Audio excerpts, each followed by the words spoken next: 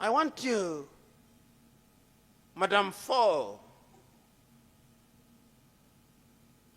in our own inimitable way, ask you to pause for 1 minute and to search your hearts and to ask yourselves what your values are. Permit me to be morbid, to ask you for half a second to pause and ask yourself, if the Almighty were to call you now, God forbid,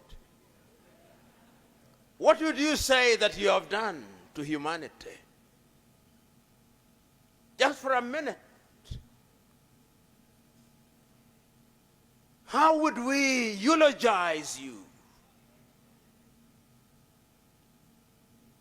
Would you simply say that you are born on the 28th of some month of some year, and that you lived and that you died, and that the only two certificates you have are the birth and the death? Or that in between those certificates you have changed the lives of others? Dr. P.K., I hope you are still in the assembly.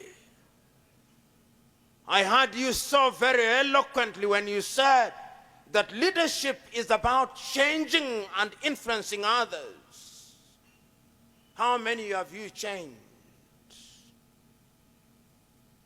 Dr. Katongole, when he had the floor, introduced young men and women and said, these are the young men and women who will take over.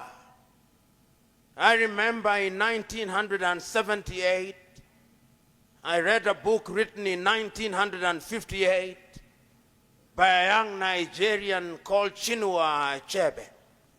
And in one of the pages he asks, where are the young men and women, where are the young suckers that will grow when the old bananas die? These are old bananas. They are dying. We saw the young suckers here, which tells us that leadership is like a relay race, intergenerational. One generation running with the baton and passing over the baton to the other generation. If only we could emulate the waves in the sea.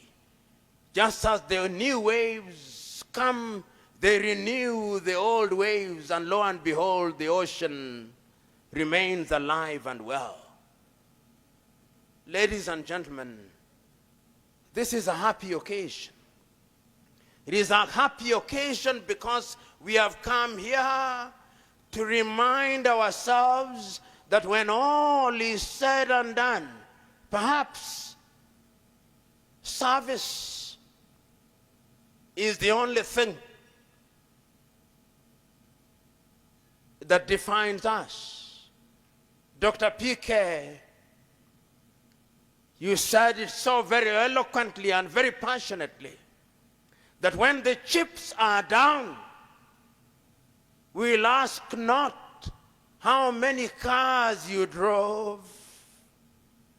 We'll ask not whether you are wearing designer suits from Giorgio Armani.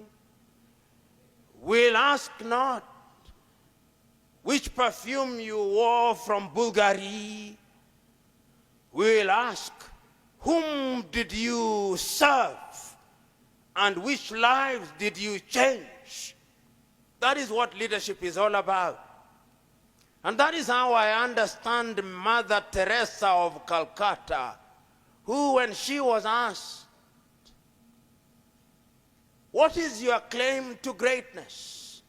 And she said, if I'm great at all, my only claim to greatness is that when I entered into a dark room, I wondered not why it was dark, but I lit a candle that it may contribute to destroying the darkness.